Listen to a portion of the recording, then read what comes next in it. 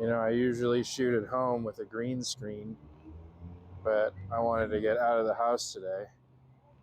So, I'm actually going to First Friday here. I do this every month.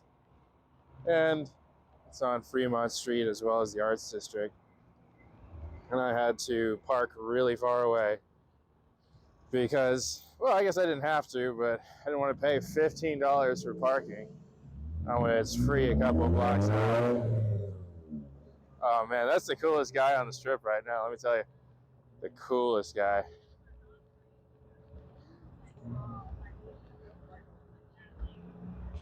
Because my dog is hard. Yeah, I'm just kind of walking around. I did want to share a couple of bits of news. In the Las Vegas Review-Journal, it mentions that the real estate prices in Las Vegas mimic the crazy times of the 80s. What does that mean? Well, apparently, according to our broker, Jack Woodcock, and I'll link the article in there, it was very hard to get a mortgage loan in the 80s. And so we might be seeing those times come back again. Right now, the mortgage rates, the average mortgage rate in December was, I think it says 6.3%, maybe it says 6.8. Can't remember. I wanted to see some of the city. I mean, look at this street art. You see that behind me? I think it's art. I mean, art is subjective, right? So yeah. So they said it mimics the mortgage of the 80s, the mortgage crisis of the 80s. Was there a mortgage crisis in the 80s? I don't know. Let me know in the comments below. I'll show you this really great sign. This is the sign for the Arts District. There we go. That looks really cool. I should have parked here. Last time I came to the Arts District and I protested the paying for parking because it was new. They just started doing it this past summer. And I said, I'm not going to pay for parking. Nobody even comes over here and patrols it. And I got a ticket. $25 was that ticket. So I don't feel like shelling out another $25. So, oh, we got some fans already. Can you believe it? Maybe later they'll find out which channel it's on so they can subscribe. So my first order of business, I haven't had dinner yet, so I'm going to get some food across the street. There's a bunch of like food trucks and stuff. So I'll let you know what I get. So it's a little loud. I hope you can hear me. But yeah, First Friday is a big deal down here. Maybe I'll just talk directly into the microphone. Yeah, First Friday is a big deal here in Las Vegas. You see all these food trucks. In fact, I'll just do a 360. You can see it behind me. So I'm going to be looking around to see what catches my eye. What is this? What's Doppio Express? What do you think that is? What's this? Fish and chip shop. Keep it simple. That sounds nice. What is that super loud truck back there? Sin City Wings, they assassinate hunger. There's a hot diggity dog over there. You can see it in that yellow one right there. That's a hot diggity dog. I see those at the fair a lot. Let's see. I like this. Let's get milkshake wasted.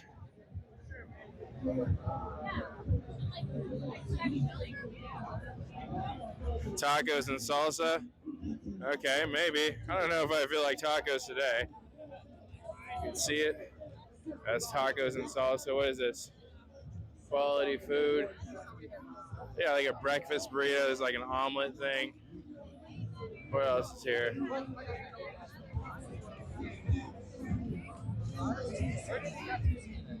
Why is it here? I guess this is not really related to real estate at all, but I'm hungry, okay? Oh, look at this. This is like an ice cream sundae thing. So that might be good. What is this? Blazing Food Chariot. Okay, that's an interesting name. What is that? Blazing Food Chariot. I check that out. What else we got? Got a couple of pop-ups over there. They're all for drinks, though, so you can see. And the lines are crazy. The lines are crazy. So let's see. I got a buffalo chicken sandwich over at this one. Blazing catfish. I don't know if I feel like spicy. There's more on the other side. Actually, I'm going to go over there.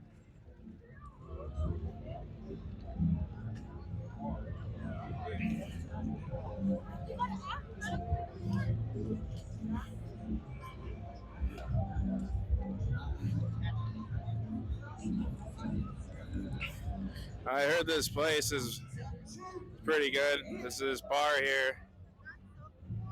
It's in the background. It's called the Artifice. They say that's where the goths hang out, but I thought it was pretty dead last time I went. Fast Eddie's Burgers. Fast Eddie. This is burgers. Okay.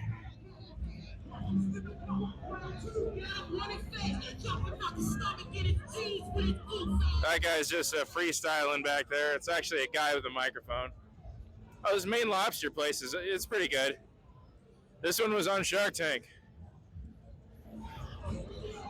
They're always at the Smiths by my house.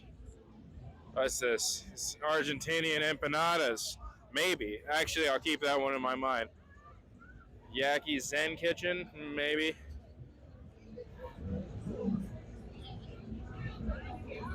The bread is grinds. I don't know what that is. This is grilled teriyaki chicken on a stick.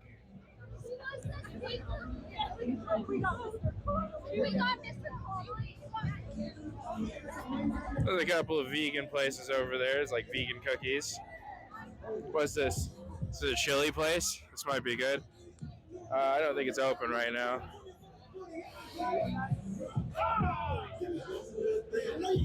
And we're back to the hot dogs. You know, I think that I'm just going to get a hot dog. You know, while it's so well lit, I'm going to go ahead and tell the story. We'll continue that whole thing about... I'll show you the hot dog stand. I'll continue that thing that we were talking about before. What was it?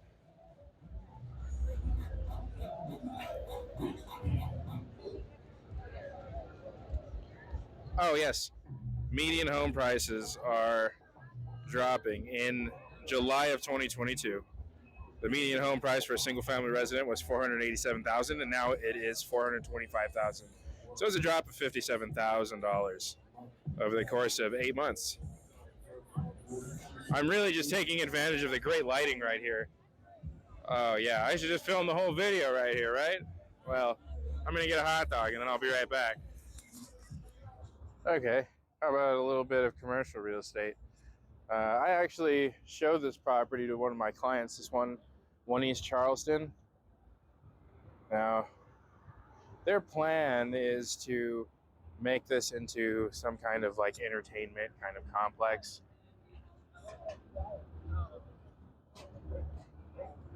The plan is to make it into like an entertainment complex. In fact, they were trying to rent the office buildings on the top, and then they were going to have restaurants and bars on the first floor of this one. So we went in there. It's pretty gray shell right now. And, well, it ended up not working out for my clients. They needed something a little bit different. But it was still a really nice place. So if you're interested in opening a business like a restaurant here in East Charleston, then give me a call. I can definitely get us a tour scheduled. Now I'm waiting to cross the light here. There's like one of these like bike things. These are like rickshaws, but with bicycles. These are fun. So yeah, East Charleston. What else?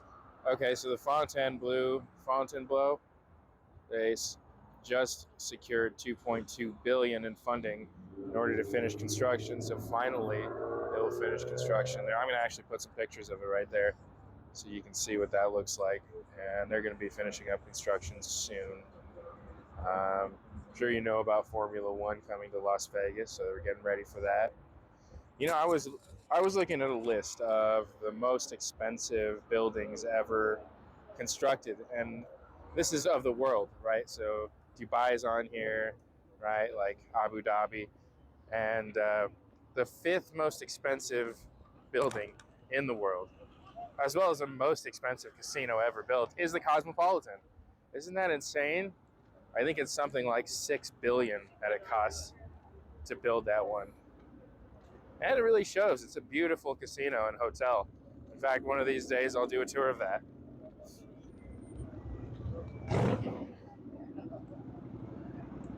So I want to tell you a little bit about my day, though, in Las Vegas real estate. Today I had a listing appointment, and that was nice. He has a nice 2-bedroom, 2-bathroom. They're right on the edge of the kind of Summerlin area. It was like, well, it's not really Summerlin. It's kind of a couple miles from Spanish Trail. So it's in the middle of the city. This is like where Spring Mountain and Twain, like the north part of that. Yeah, so he had a nice 2-bedroom, 2-bathroom, and we went through the whole thing. He gave me a tour of the home, and he listed all the features. He said, I have a water filter, $5,000. He said, I paid for that water filter. And what else? So I got a brand new water heater right here in the garage. It said April 2022. You know what? I like this place. I'll point this out. This is Jammyland. So this is, you see the sign there? Where's the sign? Yeah, there's the sign. Jammyland is like a Caribbean themed kind of bar. We craft cocktails. It's very good. It's one of my favorite places in the city too. In fact, one of my other favorite places is coming up soon. I'll point that out. Oh, this is really cool. I wish I had some cash to give them. They sound really good. Look at these guys. This guy is like singing. And then that guy's playing the sax. He's on roller skates. Wild. Amazing. I'm going to cross the street on a red. Look at me. So anyway, he pointed out the features of his home that he really enjoyed. And I said, yeah, we can definitely highlight those in the listing. Then he said, I'm a little reluctant to list it. I'd rather turn it into an Airbnb. And I said, Mr. Seller, you really want to be a landlord? And you know what? Airbnb is worse than being a landlord. Like, sure, if you want to put the time in to have to deal with all the turnover every week, week in and week out, and then not really knowing whether you're going to be able to cover the mortgage with your rental income that month, because if you don't have any renters coming in, you know, you're just losing money at that point. And he had told me, yeah, you know, I'm paying this mortgage and I'm paying for where I'm staying now and I can't afford it. And I said, yeah, you probably just want to sell it. He said, yeah, I had a fourplex before and I was a landlord and I was just exhausted all the time. And my kids told me to sell it. It's going to get a little loud. And he said, my kids told me to sell it. And I did. I sold that fourplex, he said. And so I said, yeah, you'd be doing the same thing, but with even more headaches, and you never know who's going to be staying there. You don't know what's going to happen. I mean, there are real scammers out there that book an Airbnb, and then they just squat. They're like, I'm staying here. You got 4 months before you can evict me with the whole eviction process. So I'm just going to stay here rent-free. That's like the worst case scenario, but you're opening yourself up to something like that if you decide to do an Airbnb. So he's like, yeah, I don't know if I really want to do the Airbnb thing. And I said, Mr. Seller, it's your decision. You can do with it whatever you want. But I think it's important to know what kind of liabilities that you're opening yourself up to. His ultimate decision was that he was going to ask his 2 daughters whether he's going to sell, whether he wants to sell or not. And I said, I can definitely understand that, because He said, I'm a widower. They're all I've got. And in my culture, it's a collectivist culture, and we run our decisions by our family like that. I said, it's totally understandable. And so I said, what reason do your kids have to be reluctant to want you to sell? And he said, well, yeah, that was it, because she runs an Airbnb and she made a ton of money from it. And I said, sure, but it's a job. So do you really want a job? I said, and he's like, no, I don't want that. I said, perfect. So you can always have the option even to list now, and then in the summer, if you still can't sell the house. Oh, by the way, this is it. Okay, this is Velveteen Rabbit. It's one of my favorite craft cocktail places. Definitely check that place out if you're ever in Vegas in the Arts District. Velveteen Rabbit. Anyway, what was I saying? Oh, yes. So I said, with the vacation industry, we don't get a lot of visitors here in Las Vegas until like spring anyway. So why not list your house for the next couple months? And if it still doesn't sell, then you turn it into an Airbnb, or then you rent it out. And I said, I'll even do this for you, Mr. Seller. I said, hey, look at these guys. Subscribe. It's Chris Hernandez Real Estate. I hope they subscribe. But I said, I'll even do this for you, Mr. Seller. Once you list your home with me at the end of the contract, you still can't sell your home, you decide to rent it out, I will list the rental property and find you a tenant for free. This is a service that I offer to homeowners, and a lot of times I charge them a month's worth of rent. I said, I'll do that for you absolutely free if you can't sell your house. Wait. Just telling me to wait. So the ultimate outcome of that was, he said, I'll call you tomorrow. I hate to do the high pressure sales tactic, and I understand where he's coming from, that he really wants to run it by his family. And there was another agent that was there waiting. He actually came in the middle of our listing appointment. So, best I can do, I did my best. And I'm sure that he'll see the value in the way that I'm willing to market his home and get it sold. So I stand behind, the product, the service that, my business provides.